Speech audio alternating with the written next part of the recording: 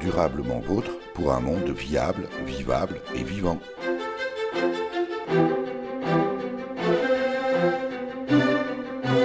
Aujourd'hui, nous évoquerons l'art de faire la fête dans le respect de l'environnement. Nous sommes dans les Vosges, dans le joli petit village de Raon-au-Bois, avec le coprésident de l'association Tatou la Vida, qui organise ici même la 11e édition de l'éco-festival Festi la Vida, les 29 et 30 septembre 2018. Durablement Vôtre, à réécouter sur durablementvôtre.fr. Emmanuel Vanson, bonjour. Bonjour Eric. Emmanuel Vanson, nous sommes ici, on s'est donné rendez-vous à la salle des fêtes, à la salle municipale de Raon-au-Bois, parce que c'est ici en partie que va se dérouler ce festival Tatou la Vida, le 29 et 30 septembre 2018. Je le répéterai souvent au cours de ce reportage, mais c'est un des points c'est un des lieux où se déroulera ce festival, mais aussi à l'extérieur. Avant qu'on rentre dans la programmation précise de ce festival Tatou la Vida, Tatou la Vida d'abord, c'est quoi ? Alors, Tatou la Vida, c'est le nom de l'association. Le festival, on l'a mixé. Le festival, c'est Festi la Vida. Mais bon, tout le monde peut faire le mélange. En fait, Tatou la Vida, c'est une association créée par trois copains il y a une douzaine d'années. Ils sont partis en voyage environnemental et initiatique, entre guillemets, en Amérique du Sud. Donc, quand ils ont créé l'asso pour récolter des fonds pour pouvoir partir. Et du coup, ils ont trouvé cet amalgame de « tu as toute la vie », la vida, c'est un mot hispanique. Donc voilà, ils ont fait un mélange et ils ont trouvé que le nom de l'asso sonnait bien. Voilà, c'est donc ça apportait un peu de soleil dans les Vosges. Absolument, tu peux le dire. Alors, Raon-au-Bois, petite commune des Vosges, on va peut-être y faire un tour tout à l'heure. Combien d'habitants à Raon-au-Bois? Alors, j'ai pas de chiffre exact, mais Raon même, c'est un peu plus de 800 habitants. Et puis après, il y a des petits bourgs attenants qui font que c'est un peu plus conséquent. Mais village même, c'est 800 ou 900. J'ai pas de chiffre exact, mais voilà.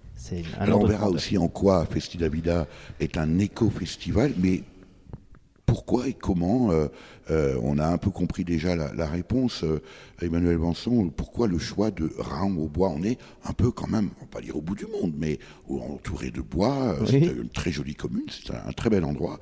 Mais il faut quand même oser faire un festival, un éco-festival à Raon-au-Bois. En fait, à l'origine, c'est parce qu'un des membres fondateurs qui est parti en Amérique du Sud est du coin. Voilà, donc ça c'est assez facile à comprendre. Maintenant, on est loin d'être les premiers à essayer de créer un événement dans un endroit dit rural, parce qu'en fait, je veux dire, on est un peu plus éloigné des grands centres, des grandes villes, des grands centres urbains. On a accès à moins de choses facilement, etc., etc. Donc, l'endroit au-delà du côté géographique par rapport à là où la personne habite, c'était aussi, ça a plus de retentissement de faire un événement dans un endroit comme ça que dans une plus grosse ville où il y a déjà plus d'activités qui sont proposées, quoi. Voilà, l'éco-festival Festi la Vida, Emmanuel Vanson, du 29 au 30 septembre, est entièrement porté par des bénévoles. Oui. Et puis c'est un festival entièrement gratuit. Oui, absolument. Au-delà de la problématique, de la sensibilisation à l'environnement, et à la promotion des acteurs locaux dans tout ce qu'ils peuvent faire ici, c'est le cheval de bataille principal, on va dire, c'est la gratuité, parce que si on veut toucher des gens sur certaines choses, certaines valeurs, c'est bien que tout le monde y ait accès. Donc évidemment, le plus facile, c'est de ne pas faire payer l'entrée. Donc tout le monde, toutes les générations, toutes les classes sociales, tout le monde peut avoir accès uniquement parce que c'est gratuit, quoi. Voilà. Et vous attendez combien de personnes pour cet éco-festival? Alors, c'est une bonne question qu'on nous pose chaque année. J'imagine. Et la réponse est toujours aussi difficile parce que, vu qu'on est gratuit, c'est impossible de tenir un comptage. En fait, on a essayé quelques petites techniques par moment, mais ça marche jamais parce qu'en fait, même s'il y a une entrée principale, on ne peut pas évaluer. Alors, on va dire selon les autorités, entre guillemets, parce que même on demande aux magistrats, on demande aux agents municipaux, hein, aux gens du coin s'ils ont une idée, parce qu'ils habitent là tout le temps, donc ils ont peut-être une idée. On peut dire qu'on double, voire on triple la population. On va dire je pense qu'on peut se baser sur 2000 personnes sur 2 jours, hein. Peut-être un peu plus, mais on préfère dire moins que plus, mais voilà, je pense que c'est 2000 personnes. Et tout ça, je disais aussi, Emmanuel Vanson, porté par des bénévoles, combien êtes-vous? Et puis, quels sont les profils des gens qui, pendant 2 jours comme ça, mais un festival comme celui-là, avec 2000 personnes, ça se prépare, j'imagine, très longtemps à l'avance, ça nécessite beaucoup d'énergie. Combien et qui êtes-vous? En fait, on va dire qu'on est sur un noyau de bénévoles récurrents, hein, d'une quarantaine. On a un CA, hein, un conseil d'administration, avec une direction collégiale depuis 2 ans, c'est-à-dire qu'on est 8 preneurs tous de décision. Présidents. Oui, tous présidents, tous secrétaires, hein, voilà. Donc il y a un noyau dur de 40 bénévoles. L'année dernière, on a explosé parce que comme c'était la 10e, il y avait encore plus de gens qui sont venus faire un petit saut pour donner un coup de main, puis se rappeler à leurs bons souvenirs. Après, le profil, il n'y a pas vraiment de profil. Bien sûr, comme on est tous installés dans le coin, on est tous sédentarisés plus ou moins, on a quand même développé un réseau, donc on a des copains.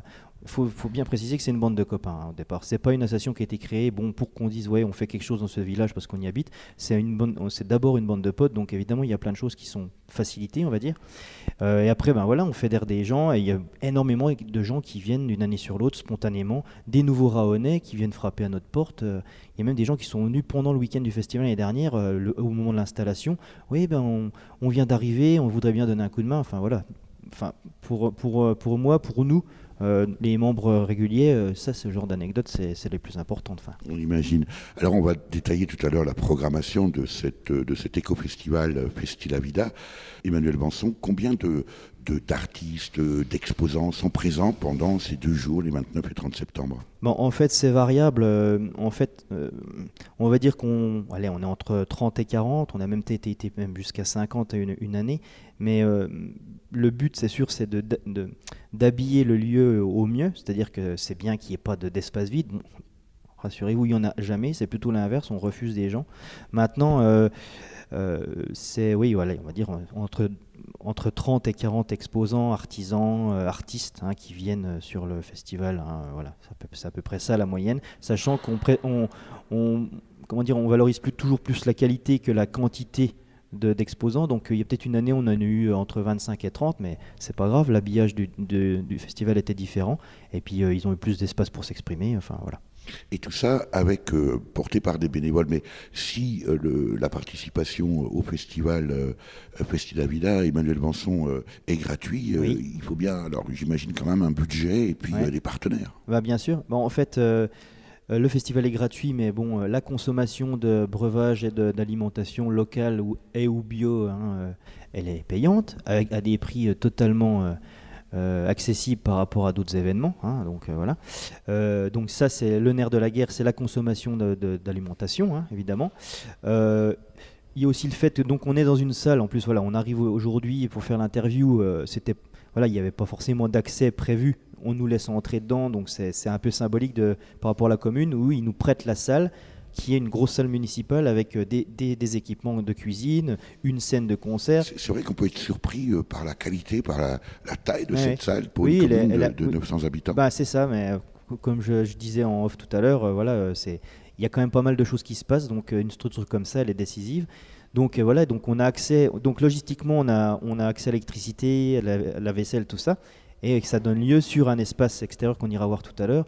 Ça fait un énorme lieu de vie, ça fait un village dans le village pendant 2 jours. Quoi, hein, voilà, alors pour un budget global, on va se contenter de l'arrondi. Oui, on va dire, allez, on est sur du 15 000 euros par an, donc ça varie toujours. On fait toujours un prévisionnel. Donc ça, évidemment, on ne peut pas compter ce qui nous est prêté gracieusement, ça ne rentre pas dans le budget, c'est quelque chose qu'on n'a pas à payer.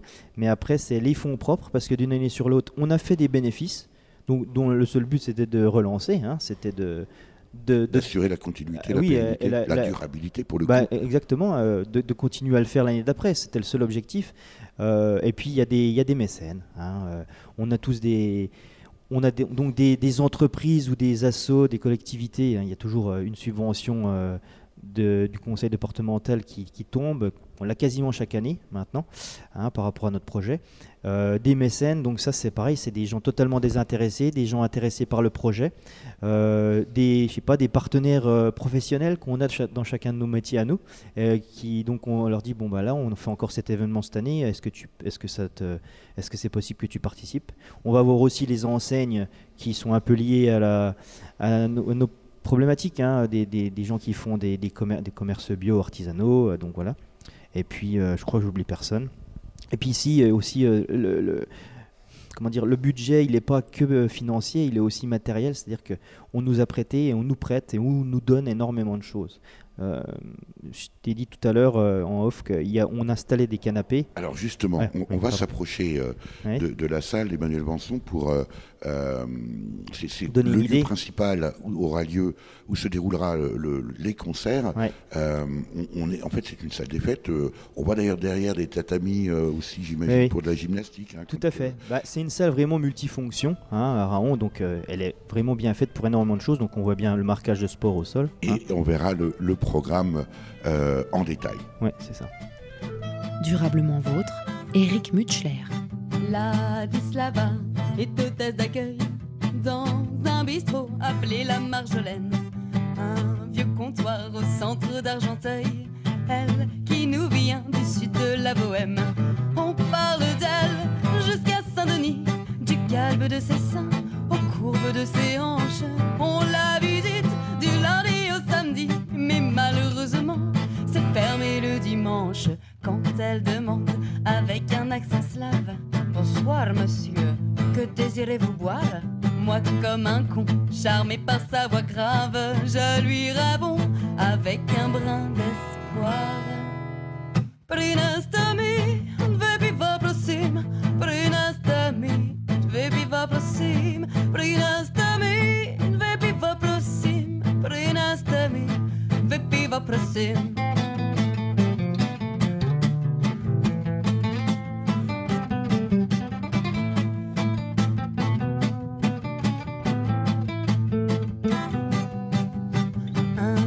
Lorsqu'elle eut fini son service, je l'attendis debout en plein hiver, mes mains tremblantes, mon regard sur ses cuisses. Elle accepta de venir boire un verre. Bras dessous, nous partîmes dans la nuit, refaire le monde autour d'un rouge amer, noyer l'ennui dans un blanc de pays, et pour finir, s'enivrer à la bière. Lorsqu'au matin, je vins à m'éveiller, Ladislava dans mes bras engourdis. Demande-moi tout, je te l'offrirai. Dans un sourire, la belle répondit: Prinastami, vypiva prosím, Prinastami, vypiva prosím, Prinastami, vypiva prosím, Prinastami, vypiva prosím.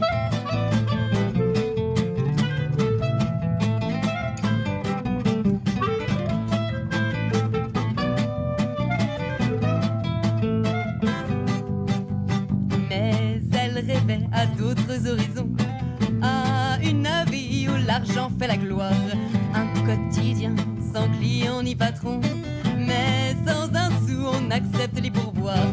Dans l'arrière-salle de la Marjolaine, Ladislava repense à son pays, au bassin d'Elbe, au monde de Bohème, au Pré-Carpates et à la Moravie. Si elle retourne un jour dans les Sudètes, loin d'Argenteuil et du blanc de pays, je n'oublierai ses formes si parfaites, ni sa voix grave quand Ladislava dit: Prinastami, vypiva prosím, Prinastami, vypiva prosím, Prinastami, vypiva prosím, Prinastami, vypiva prosím.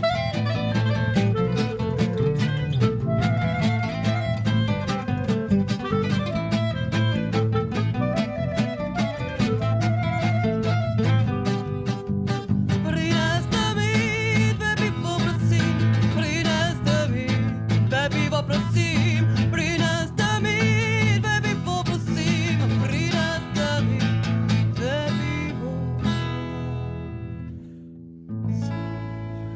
Nous sommes toujours à Raon-au-Bois avec Emmanuel Vanson, l'un des coprésidents de l'association Tatou la Vida, qui organise les 29 et 30 septembre 2018 la 11e édition de l'éco-festival Festi la Vida. J'ai tout bien présenté. Parfait, Eric, c'est parfait. Hein, voilà. Alors on est là dans la salle des fêtes, où un des espaces où se déroulera cet éco-festival de 2 jours, les 29 et 30 septembre. On va peut-être rappeler les horaires, Emmanuel Vanson, ça commence à quelle heure? Alors le samedi à partir de 16h jusqu'à la fin des concerts, approximativement 1h du matin. Et puis le lendemain, on ouvre les portes à 11h du matin, à peu près au moment de l'apéritif, et jusqu'à 18h, heure de fin du dernier concert.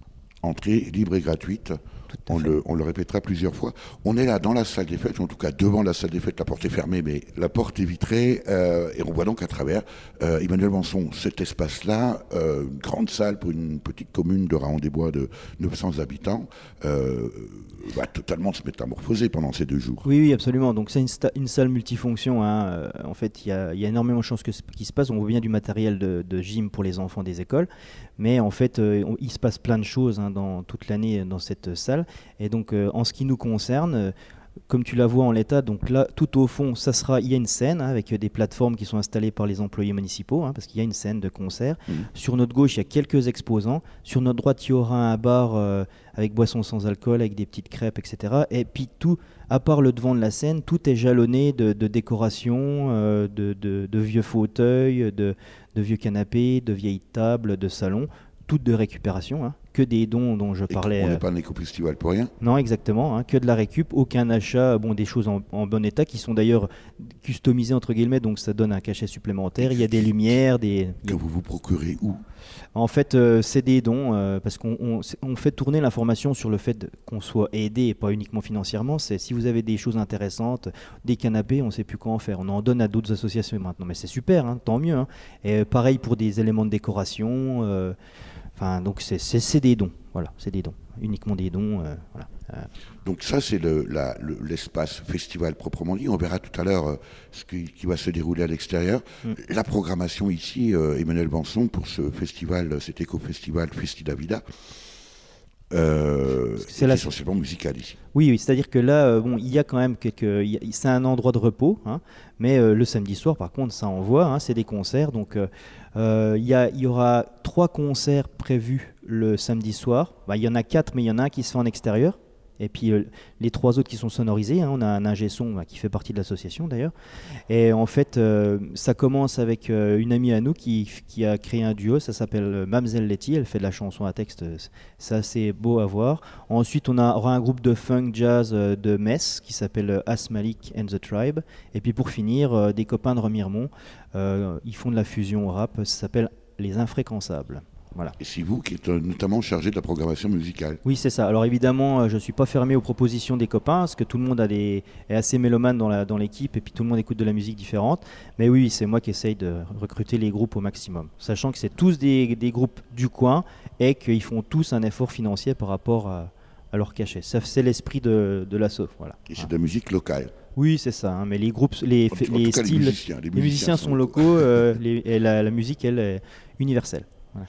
Est-ce qu'il y a un lien direct entre les artistes qui se produisent ici, Emmanuel Vanson, les 29 et 30 septembre, dans cet éco-festival Festi la Vida, et précisément la dimension écologique, préoccupation environnementale? Alors ça tombe bien que tu poses la question, parce qu'en effet, encore plus cette année, on insiste sur le fait qu'on fait de la sensibilisation à l'environnement, mais on ne fait pas de politique, on fait juste que les gens voient une autre manière de fonctionner. En tout cas, de la politique au sens noble du terme. Oui, voilà, comme elle devrait être traitée. Et puis aussi l'action locale. Alors ça, c'est très vaste, mais ça veut dire il faut d'abord voir ce qui se passe alentour, plutôt que d'aller commencer à aller faire des bornes pour aller chercher des activités. Et on se rend compte qu'il y a énormément de choses et énormément de personnes qui se bougent et qui ont des choses à proposer dans un rayon de 10 km. Donc, et là, en l'occurrence, c'est un peu plus loin, mais le concert phare de l'année-ci, c'est Asmalik and the Tribe. Eux, ils ont une politique d'engagement écologique. Chaque année, ils font un événement, eux, dans leur coin, qui est destiné à récolter des fonds. Donc, comme ils ont un réseau de musiciens assez conséquent, ils n'ont pas de mal à programmer des groupes, mais tous les bénéfices reviennent à des associations du coin. Voilà. Alors, il y aura donc toute la programmation musicale. Ce n'est que le samedi ou également de la musique le lendemain, le 30 septembre? Il y a aussi de la musique le dimanche. Donc, il y a un concert à l'apéritif. Alors, l'année-ci, ça sera Duo Bord de Marne. C'est des gens qui sont de Meurthe-et-Moselle. C'est un duo guitare-accordéon. Ils sont très connus dans le coin. On a un concert spectacle pour enfants, mais pour parents aussi, l'après-midi. Donc, c'est quelqu'un qui habite à Bellefontaine, une commune à 10 km d'ici, qui s'appelle Bouclette. Et il fait de la chanson à texte avec plein de petits instruments et de bricoles, c'est génial. Et puis on conclut à aller aux alentours de 5 heures avec un autre duo guitare-violon, Ladislava, qui sont aussi basés à Nancy. Voilà. Et puis vous parliez aussi, Emmanuel Vanson, de la présence d'exposants, j'imagine, et vous le disiez tout à l'heure, que ce sont que des exposants aussi très proches ici, en lien aussi avec les préoccupations environnementales. Oui, bien sûr, en fait, il y en a énormément. Alors, quand tu dis exposant, je précise toujours, bon, le mot il est très symbolique, mais j'aime bien aussi parler d'intervenants dans le sens où il y a peu de gens qui sont là pour faire du commerce. Excepté finalement les commerçants du coin. Le boucher, il est présent ici. Le pain qui est utilisé, c'est le boulanger qui le fait. On a aussi, il y a un fromager du coin qui vient, un maraîcher. Hein, on a un copain qui est maraîcher. Donc ça, on va dire que eux, c'est les exposants qui sont amenés à vendre des produits, mais aussi à montrer leur manière de produire.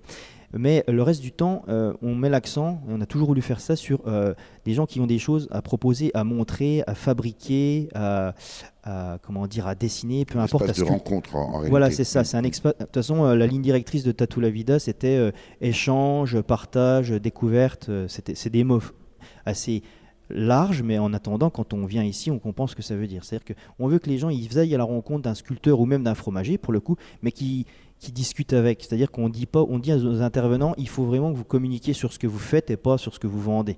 Et finalement, il n'y a quasiment personne qui vend. Les gens, ils sont là pour montrer des choses. Voilà. Alors, est-ce que vous profitez de ces 2 jours d'éco-festival Festi La Vida ici à Raon-au-Bois dans les Vosges, ouais. Emmanuel Vanson, étant donné qu'en plus l'entrée est gratuite, donc ça incite évidemment les gens à venir peut-être plus facilement et certainement même. Oui. Est-ce qu'il y a des instants de conférences, de rencontres, d'échanges, au-delà simplement de rencontrer les exposants? En fait, alors l'année-ci, on n'a pas de conférence prévue, hein, mais c'est irrégulier, ça dépend du temps, ça dépend de la disponibilité des gens qui ont des choses à proposer. Des fois, ils sont déjà pris pour la fin septembre, mais en général, il y a toujours, il y a très régulièrement une conférence ou une vidéoconférence, c'est-à-dire qu'il y a une projection suivie d'un débat. Ça arrive assez régulièrement. Cette année, on n'en aura pas. On peut citer Gaël de Rive, qui avait été assez populaire il y a 2 ans hein, par rapport à la problématique Vosges Climat. Hein, donc il n'avait pas pu venir, mais on avait eu l'autorisation de projeter son film, etc. etc. Puis voilà, on avait essayé de faire venir d'autres personnes un peu plus renommées. On avait même approché Pierre Rabhi, donc voilà. Bon, lui, il n'était pas local, hein, d'accord, mais en attendant, la problématique était intéressante. Que nous avons déjà reçu d'ailleurs dans Durablement Vôtre, mais je vous interromps. Non, il n'y a pas de problème, bien sûr. Et en fait, mais justement, l'échange sur les grands idéaux, il se fait naturellement. Il y a des gens qui restent des heures avec des intervenants. Et quand on a le retour de nos intervenants, on dit bon, ça marche super bien parce que les gens ils sont curieux, quoi. Et là, on a gagné notre pari. Emmanuel Vanson, on est toujours dans cette salle des fêtes, mais vous le disiez aussi que beaucoup de choses se passent à l'extérieur. Oui, oui. On va voir un peu où ça va se passer, comment ça va se dérouler.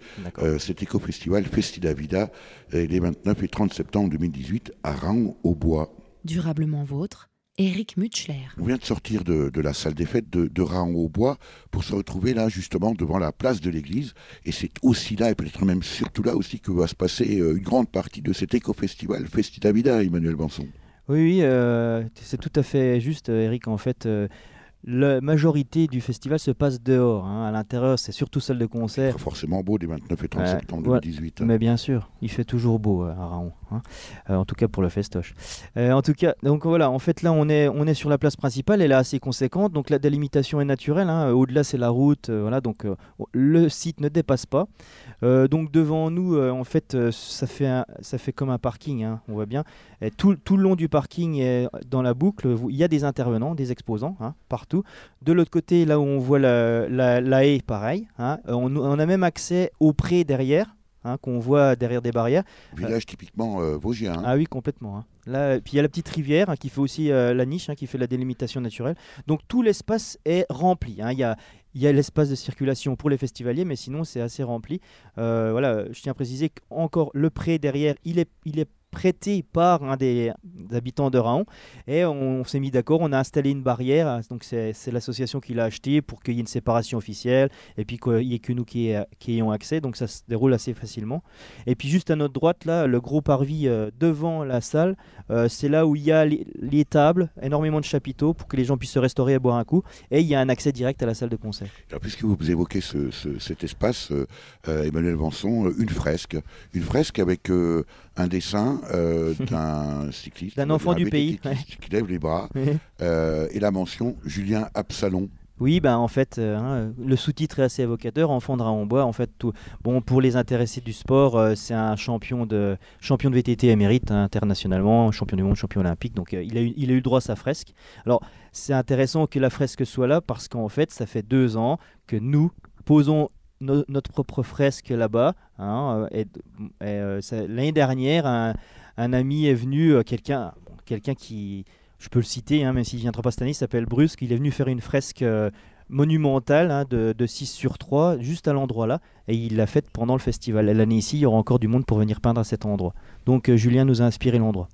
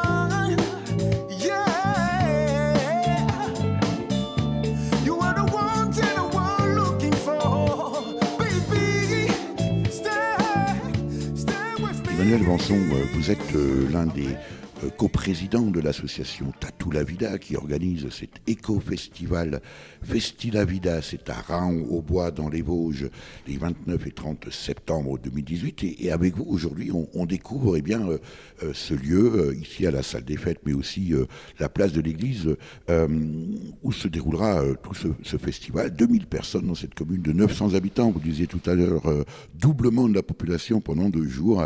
C'est un éco-festival. Alors on a entendu que il y a bien sûr une programmation musicale qui est en lien avec la thématique, les exposants, les gens qui, producteurs locaux, proposeront leur production bio ou locale, et locale ou bio.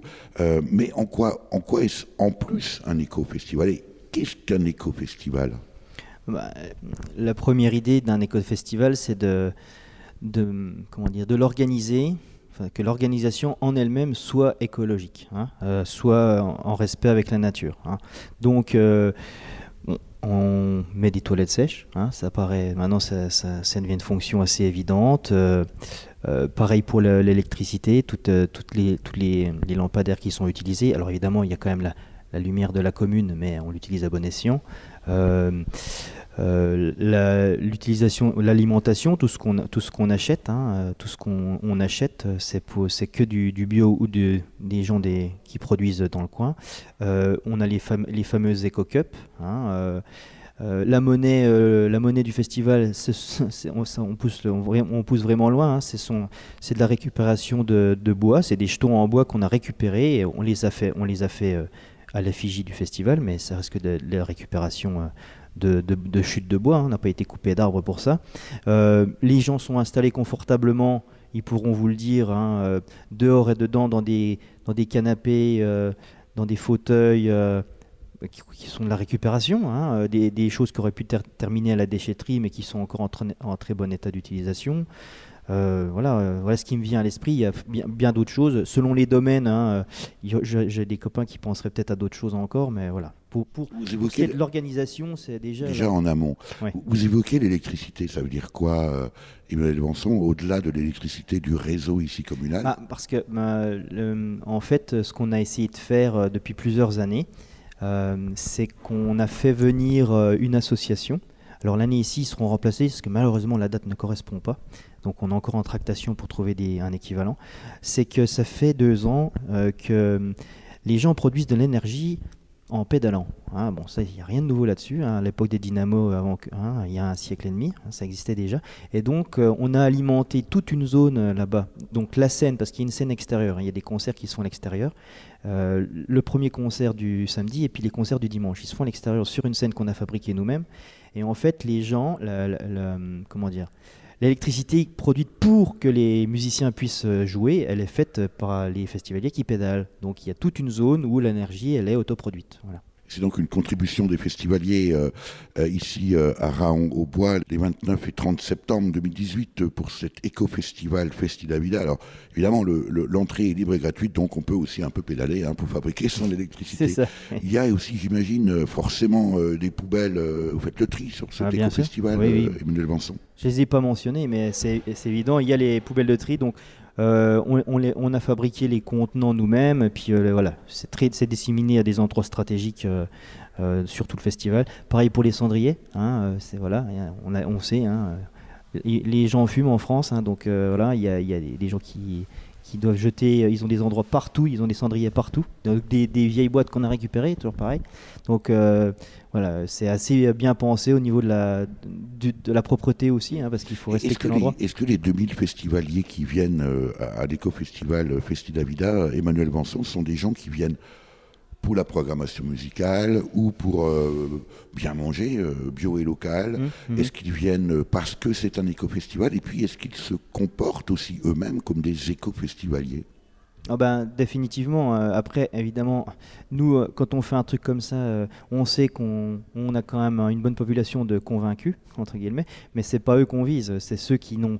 Mais c'est pas des gens qui seraient a priori contre, c'est simplement des gens qui ne sont pas informés sur cette manière de fonctionner, de vivre, des gens qui ne connaissent pas trop le coin. Donc il y a un peu de tout. Alors c'est pour ça qu'on a fait 2 jours aussi. Les premières éditions c'était juste le samedi, parce que le premier jour c'est plus axé sur les animations musicales, les concerts, même s'il y a déjà des exposants, alors que le lendemain, il y a vraiment, c'est plus familial, il y a énormément de gens de différentes générations qui viennent. Et là, par contre, les festivaliers, c'est pas forcément des convaincus de l'environnement, c'est aussi des familles qui viennent voir. Et en général, c'est le dimanche où on a des retours, les retours les plus inattendus. Et finalement, par exemple, c'est quoi un retour inattendu? Je sais pas, il y a des gens qui savaient pas, on évoquait l'énergie autoproduite, il y a des gens qui savaient même pas que ça existait. Ou alors qui rencontrent des intervenants qui sont leurs voisins. On a déjà vu des trucs comme ça.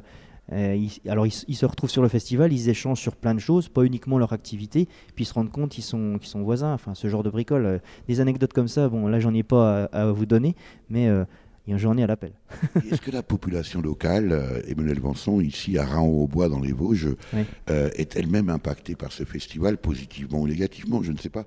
Mais est-ce que l'existence de cette maintenant 11e édition de l'éco-festival Festi la Vida, je le rappelle, c'est du 29 au 30 septembre, est-ce qu'ils en retirent quelque chose? Est-ce qu'ils ont modifié leur propre comportement depuis l'existence de ce festival? Alors, modifier leur comportement, je ne sais pas, ça serait un peu difficile à dire.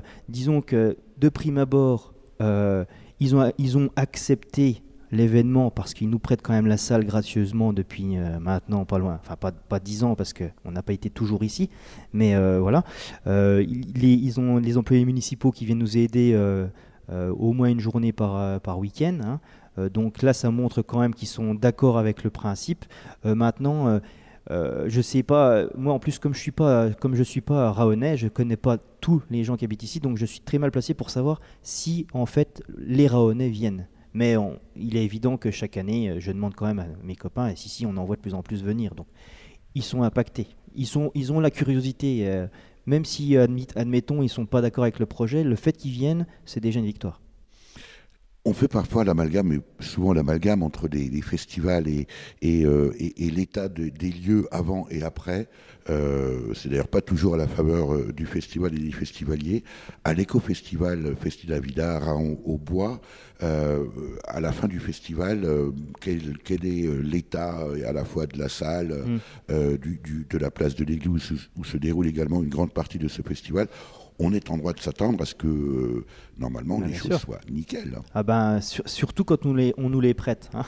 On a une pression qu'on se met supplémentaire. C'est pas nos administrateurs qui nous mettent forcément la pression. C'est là où je suis... et on est fiers, je dis je parce que je suis au micro, mais les copains, l'association, les membres sont fiers. C'est que voilà, l'idée de respect de l'environnement... c'est quand même la première idée quasiment. Elle est appliquée de bout en bout, c'est-à-dire qu'on est subjugué chaque année. Alors, il peut toujours y avoir des années sans, mais pour l'instant, on touche du bois. En fait, je ne sais même pas si on a besoin de toucher du bois parce que les gens sont respectueux. Le site, il est très propre. C'est incroyable. On pourrait s'attendre à beaucoup de saleté le samedi soir après une soirée un peu plus festive et tout. Et donc, nous, on fait le tour du village. Parce qu'il n'est pas trop gros, donc on fait des équipes. Et on est surpris de voir qu'il n'y a rien qui traîne, que si les gens ne sont pas sur le festival pour dormir, tous leurs déchets, ils vont les mettre dans les poubelles municipales, parce que c'est quand même assez bien fait ici. Donc c'est vraiment, ça c'est une victoire de principe, quoi. Ça veut dire, Emmanuel Vanson, qu'on peut faire la fête de façon totalement responsable? Évidemment, ça pourrait être un 3e sous-titre à notre événement. Ouais, tout à fait, je veux dire. Et ça, nous le rendent bien, c'est magique.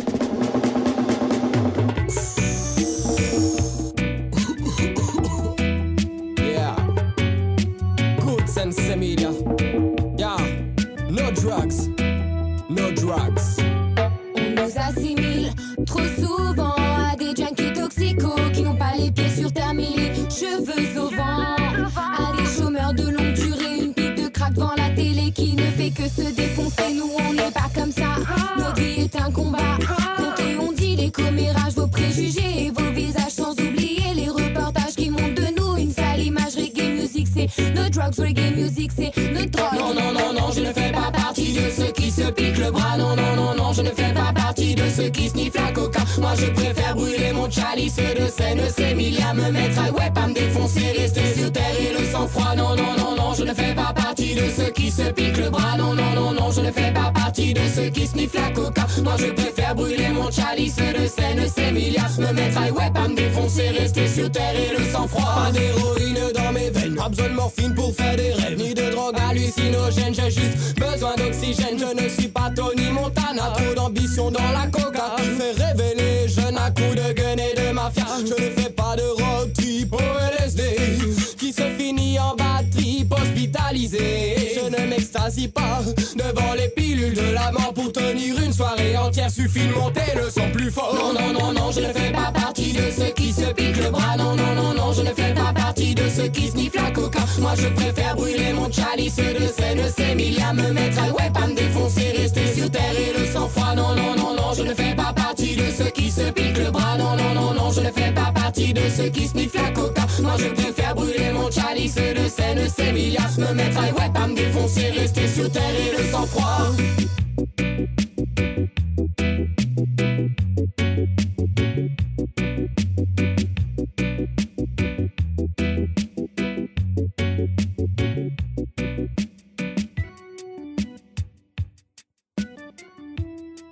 Emmanuel Vanson, qu'est-ce qui vous motive à préparer et à vous investir autant dans cette 11e édition de l'éco-festival Festi la Vida qui se déroulera du 29 au 30 septembre 2018 ici à Raon-au-Bois dans les Vosges, entrée libre et gratuite, ça commence le 29 à 16h, éco-festival, et c'est un engagement aux côtés d'autres, vous le disiez tout à l'heure, une quarantaine de bénévoles, même plus peut-être autour de vous.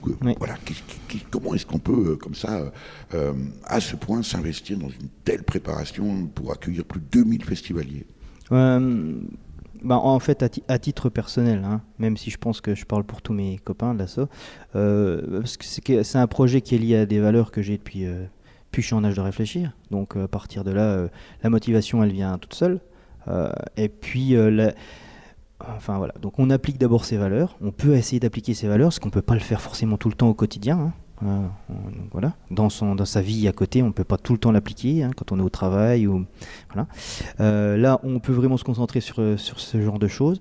Et puis, la deuxième chose qui est aussi importante, c'est le retour des gens, parce que quand on voit les gens venir et que ils se disent tiens, je vais peut-être faire comme ça maintenant, ou alors ils découvrent un procédé de fabrication ou de lavage, que sais-je encore, et qu'ils nous le disent. On a gagné. Enfin, rien que ça, on est fatigué au bout de 4 jours, mais on a eu ces échanges avec les gens et ça nous pousse à repartir sans réfléchir, quoi. Et qu'est-ce que vous faites dans la vie ? Moi, je suis formateur en anglais en entreprise. Voilà. Donc, ça n'a rien à voir. Aucun rapport, a priori, encore que. Est-ce que vos employeurs, vos clients connaissent l'éco-festival Festi la Vida? J'imagine que oui, du 29 au 30 septembre à Raon-au-Bois. Et est-ce qu'ils viennent? J'en ai parlé. Après, j'ai tendance à... Bon, ça, c'est quelque chose qui est vraiment personnel, mais j'ai tendance à pas mélanger ma vie privée, enfin ma vie associative et ma vie professionnelle. Cependant, si je fais pas de promotion directe pour l'événement, j'essaye d'instaurer des choses dans le bureau qui sont d'ordre environnemental, parce que c'était pas forcément quelque chose de gagné au départ. Voilà. Là, c'est pour répondre le plus précisément à ta question. 11e édition de cet éco-festival Festi la Vida. On peut encore tout le temps améliorer, apporter encore des réflexions, des actions en faveur du développement durable. Emmanuel Vanson, même pour une 11e édition et probablement encore la 12e l'année prochaine. C'est une très bonne question, Eric, parce qu'en fait, on a commencé 2007, 2008, voilà, donc c'était vraiment quelques intervenants, c'était un rassemblement. Et après, on a très vite décidé d'avoir un thème pour fédérer les gens autour d'un thème lié à l'environnement toujours, ou un thème sociétal. Et puis pour pas s'éparpiller sur le genre d'exposants qui pouvaient venir. Mais il faut vraiment se dire qu'à un moment donné, les thématiques sont toujours les mêmes, mais simplement il faut creuser dedans. Donc voilà, on n'est plus sur forcément un thème, on est plus sur un village associatif. L'invité de Durablement Vôtre, coup de gueule ou coup de cœur?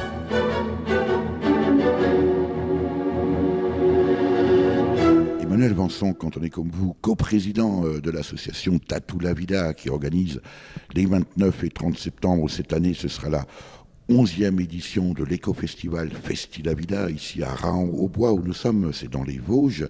On est plutôt coup de cœur ou plutôt coup de gueule? Concernant l'événement, de toute façon, ça peut être qu'un coup de cœur, hein.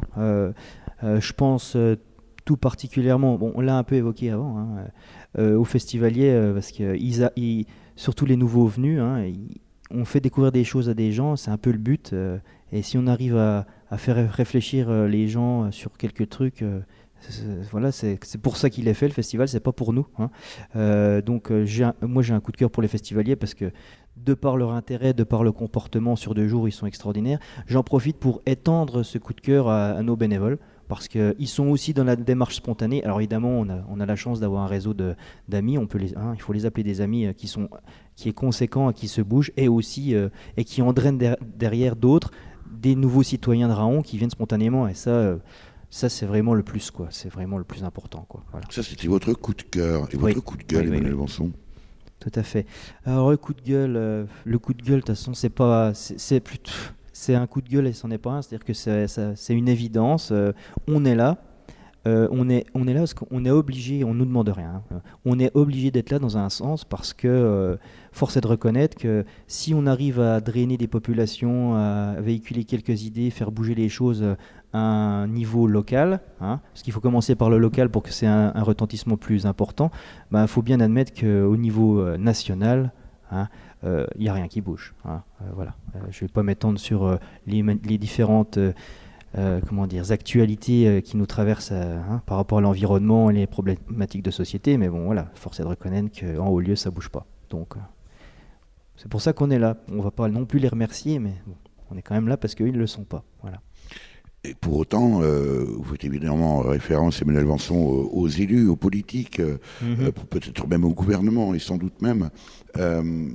Est-ce que c'est la bonne méthode aujourd'hui de parler d'écologie, de sensibiliser les populations à travers un événement précisément festif comme l'éco-festival? On sait que beaucoup de structures s'interrogent. Comment sensibiliser les gens? Oui. On s'aperçoit souvent, d'ailleurs, nous-mêmes, en rencontrant les actrices et les acteurs de développement durable sur le territoire, on voit bien que les gens s'interrogent beaucoup, mais qu'est-ce qu'il faut faire pour que les choses bougent?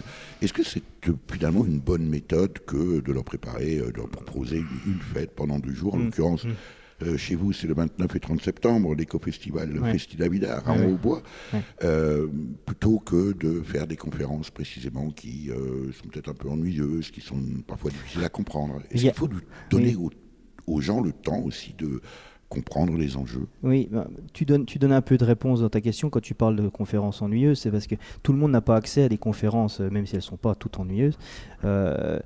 Alors que là, l'accès, on ne sait pas si c'est la bonne méthode, mais en attendant, c'est clair, hein, nos gouvernants, ils font de la politique pour dire l'environnement c'est important. Ils le font, hein, c'est pas le problème, mais a priori ça marche pas, hein. Je veux dire, quand on voit qu'on peut encore trouver des endroits qui sont où on jette ses détritus à côté de la poubelle, hein. Je prends une idée toute simple, hein. En fait, on ne sait pas si c'est la bonne méthode, mais en attendant, quand les gens ils viennent ici, ils prennent le temps, comme tu l'as évoqué juste avant, de se poser la question. Et je pense que, je ne sais pas si ça marche super bien, mais ça a quand même un petit impact, c'est sûr. Nous, de toute façon, on n'a pas trouvé d'autres médiums, et puis on va pas commencer à faire de la politique, hein. Donc voilà, mais on trouve que ça a un petit impact quand même. Et pourquoi pas de la politique, Emmanuel Vanson? Puisque précisément, si les choses se passent dans la société civile, c'est une question que je pose très souvent aux personnes que je rencontre pour Durablement Vôtre, où on s'aperçoit qu'évidemment, et c'est une réponse qu'on nous fait très souvent, quand on ne nous parle pas du colibri, où chacun a fait sa part et puis après passe à autre chose. Oui. Mais on a quand même le sentiment que beaucoup de choses, et effectivement ce qui se produit, ce qui se passe, c'est essentiellement par des acteurs locaux qui ne demandent rien à personne mais qui agissent. Mais au final, les choses ne sont pas relayées par les élus. Et on a une espèce de mur de verre, on parle souvent de plafond de verre, là en l'occurrence c'est plutôt un mur de verre où les choses sont impulsées par la société civile et absolument pas relayées par les élus. Est-ce que la solution, c'est pas finalement de faire exploser ce mur de verre?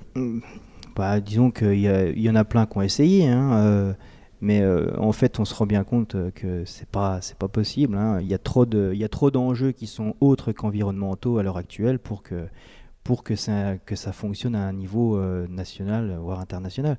Donc après, nous, la politique, le mot politique, au départ, hein, l'étymologie, c'est le vivre ensemble, hein, faut pas l'oublier. Hein. Donc après, nous, quand on bosse avec des assos d'Épinal, de Remiremont, tout ça, on en fait de la politique, mais dans le sens noble du terme, c'est-à-dire que on se passe des infos, on s'entraide, on partage nos idées et nos découvertes, et là, ça marche. Mais bon, après, on demande qu'à se répandre, hein, mais bon, c'est aussi aux gens de faire l'effort. Hein, voilà.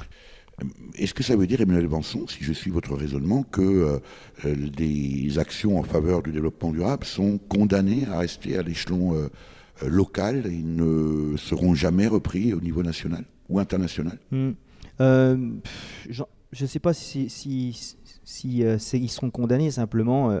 Je pense que ça finira par se développer, que c'est une plus grande envergure, mais ça partira toujours d'un ajout de petites volontés qui feront qu'à un moment donné, ça se répandra, quoi. Moi, je vois ça que comme ça. Et dans cette perspective, vous êtes plutôt confiant, et il faudra sans doute aussi encore du temps pour que ce qui se passe sur le terrain, comme ça, émerge au plan national et international. Oui, c'est sûr. On est optimiste tout en étant réaliste. Sinon, on ferait même pas ce genre d'événement. On pourrait tout de suite, ouais, ça sert à rien. Hein. Non. Oui, bien sûr. Il faut être confiant en l'avenir parce que quand on parle d'intergénération le dimanche, quand on voit que ça vient de 6 à 66 ans, et voire plus, ou même moins, en fait, c'est parce que nos gamins, ils auront ça comme ligne directrice d'entrée de jeu dans leur tête. Merci Emmanuel Vanson. Merci à vous. Voilà pour ce reportage à Raon-au-Bois dans les Vosges, où se déroulera les 29 et 30 septembre 2018 la 11e édition de l'éco-festival Festi la Vida, avec Emmanuel Vanson, coprésident de Tatou la Vida, l'association organisatrice. Pour en savoir plus, rendez-vous sur Facebook à la page A2S pour association, A2S.tatoulavida. Vous avez pu écouter dans l'ordre Ladislava par le groupe Lorrain éponyme paru sur l'album Souvenez-vous sorti en 2015, Outside par le groupe messin Asmalik and the Tribe sorti en clip en 2017 et enfin No Drugs par les Alsaciens Faya Green et Mamzelle Letty paru sur l'album Reggae Session 6 sorti en 2012. Tous ces artistes seront en concert à l'éco-festival Festi la Vida les 29 et 30 septembre 2018 à Raon-au-Bois dans les Vosges. Merci à Véronique Olivier à la réalisation. Vous pouvez réécouter cette émission dès la semaine qui suit sa première diffusion sur le site www.durablementvôtre.fr.